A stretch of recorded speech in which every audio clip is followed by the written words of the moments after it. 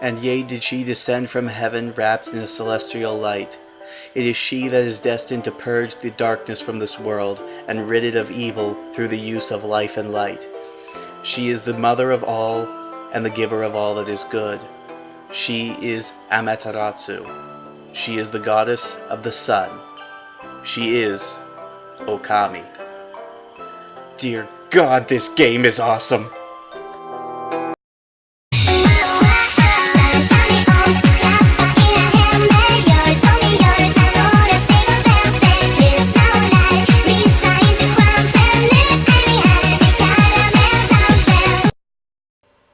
Made by the now defunct Clover Studio and published by Capcom, Okami was actually one of the last PlayStation 2 games ever released before the PS3 came around.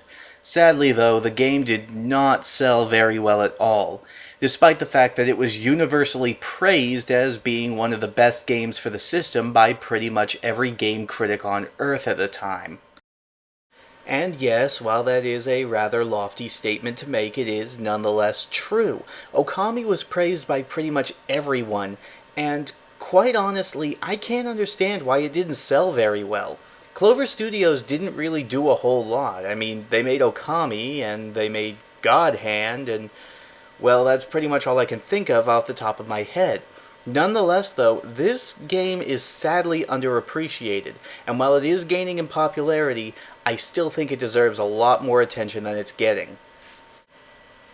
Oh, and an especially big thanks to Kyubi Kitsune for donating a copy of this game to the Geek Gallery. I really appreciate your patronage, and just as an FYI to everyone else out there, if you have any games or anime or anything nerdy in general that you don't use anymore or would like to see reviewed on the show, please send it my way. I would really appreciate it, and it would help the library for the Geek Gallery to grow.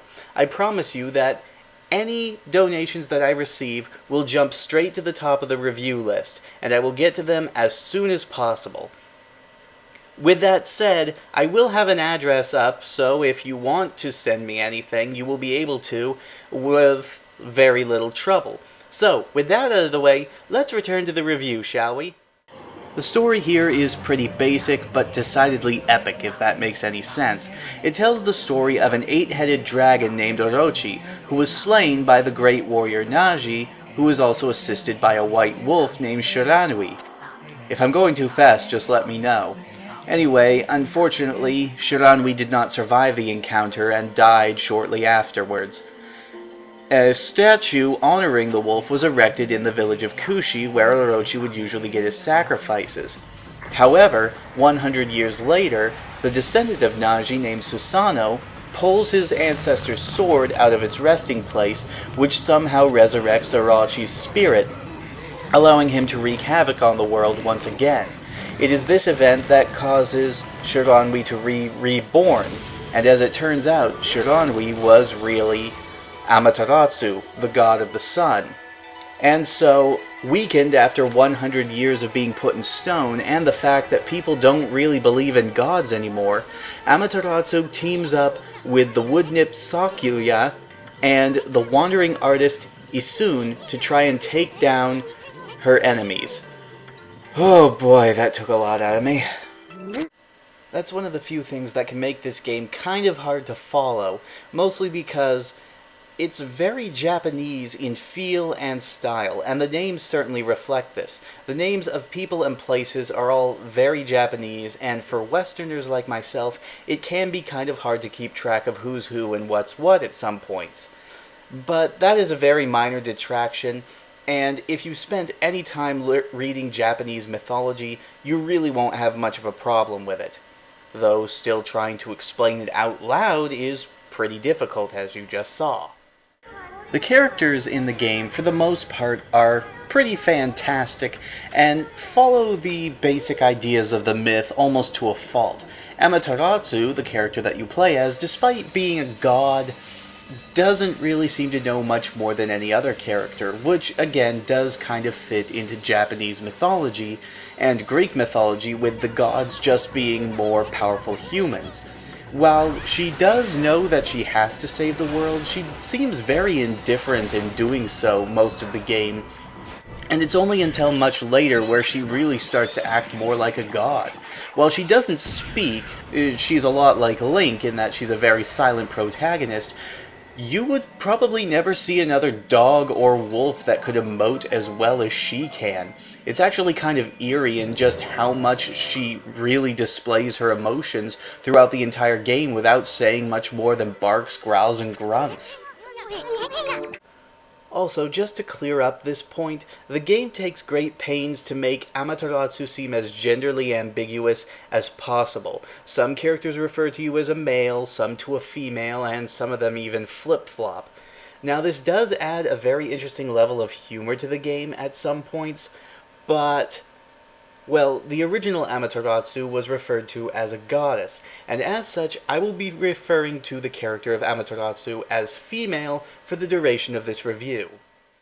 Now, the other major character in the game is Issun, and I hate Issun. He's basically this game's version of Navi in pretty much every sense of the name. He's the voice for Amaterasu since she never speaks. He is extremely annoying. He's only really there to give exposition, and, well, he's just so damn annoying, and he never shuts up.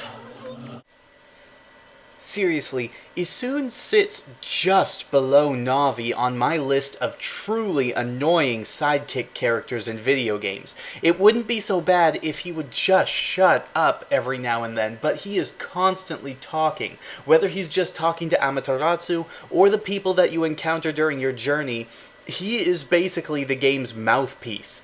And he's extremely rude, he's perverted, and he's just not that compelling of a character at first.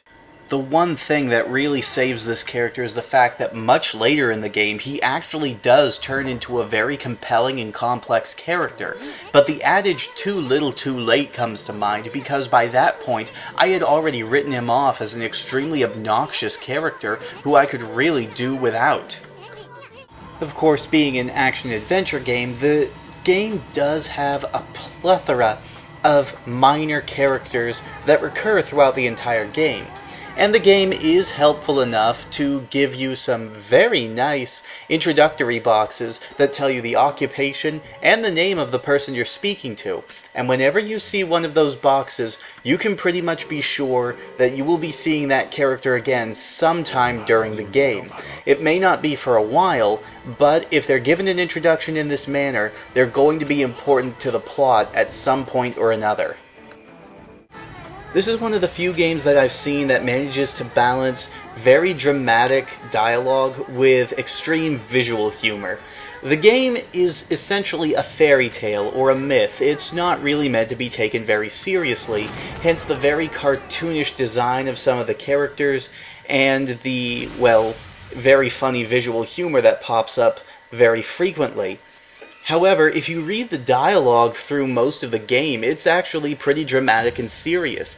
It's as if the game is taking itself seriously sometimes, while it's not at other times. And you have to keep in mind, at the time when a story like this would have originally been written, it would have been taken very seriously, almost as an extreme word of truth.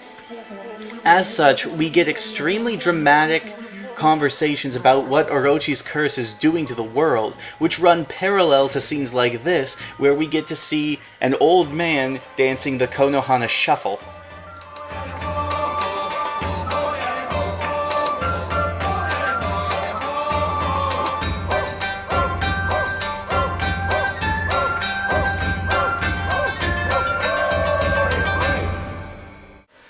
So the game has a really good plot and some very compelling characters.